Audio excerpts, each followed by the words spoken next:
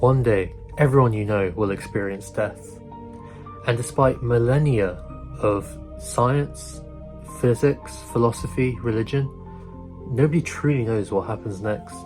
Is it a heaven, a hell, or maybe even nothing? It's time to put your mind on the matter of death. So let's begin with the science, the hard facts, as some people will say. Well, what actually happens is when you supposedly die, you're not actually fully dead. So the clinical death is just when the heart stops. But beyond that point, so many things happen in your body. Your brain cells are still functioning for hours, and so many other cellular processes are still occurring whilst you are still clinically dead. There's now a distinction between clinical death and irreversible death. Now, that irreversible death is once everything has stopped and there's no way to bring you back, technically speaking.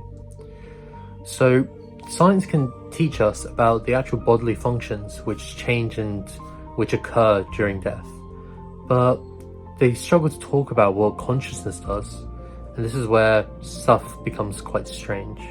I'm sure many of you, in fact probably the vast majority of you, have met someone with a near-death experience. But a lot of scientists disagree with this term. They say it's not particularly accurate because the person who experiences this feeling is dead. They are clinically dead during this point. So rather, it's better to say that they've had an experience of death. And a lot of these reports come back saying that people feel like they've been separated from their body, that they've been moving towards a place or even a presence. And some people have even recalled having life reviews or little flashes of their memory. With all this sounds really interesting. Should we believe them? Well, this may be a sign of the divine, but also it could be a sign of just lots of neurological activity. There have been studies where patients on life support, when the life support was pulled out, they started having huge surges of brain activity. So maybe it is just neurological. So having looked at some science, let's look at some more theological views on the afterlife.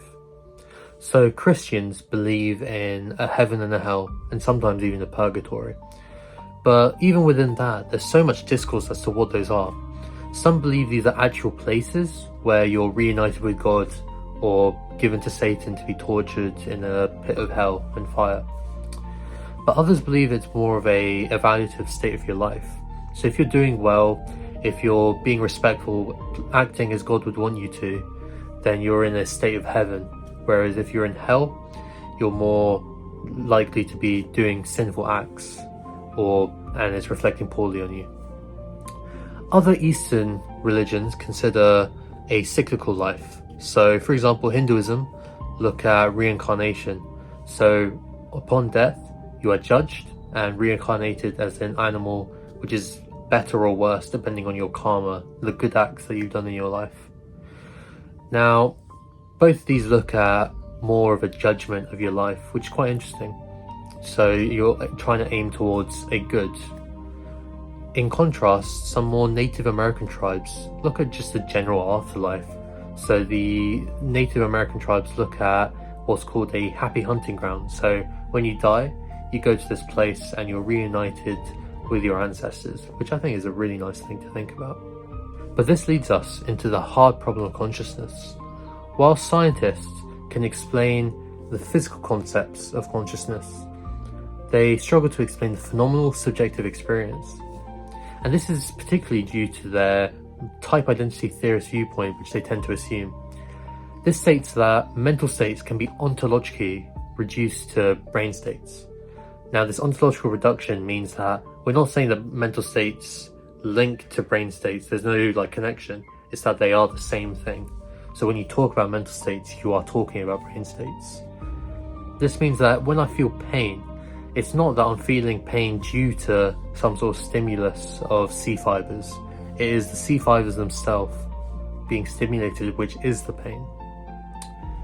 So suddenly this leads us to an issue of multiple realizability. This is where scientists tend to struggle.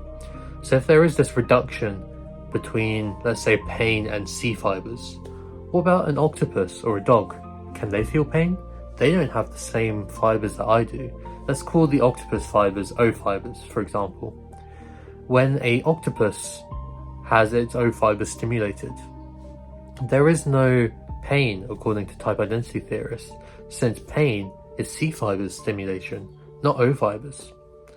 So suddenly we've come to a point where consciousness has become almost speciesist. That's definitely a word. So this is where maybe death isn't such an issue. Maybe there is something beyond death, because we can have a mind separate from the brain. But the most uncomfortable possibility is that nothing. When you die, there is no thoughts, no nothing. Similarly to birth, where before you are born, you are nothing, there is no thoughts, no consciousness. So death is just returning you to that state. That's quite disturbing, but to be honest, we can't even really conceive of that. You can't conceive of your non-existence. Let's put it to you this way. Let's say that you're hit by a bus today, and you die. Think about what happens tomorrow. Think about the whole world moving on as it does. Maybe your parents are mourning, XYZ, lots of things are happening.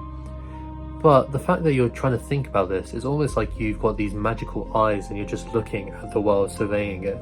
You can't think of the world running without you, because in order to think of that, you are looking through your own eyes or through your own head.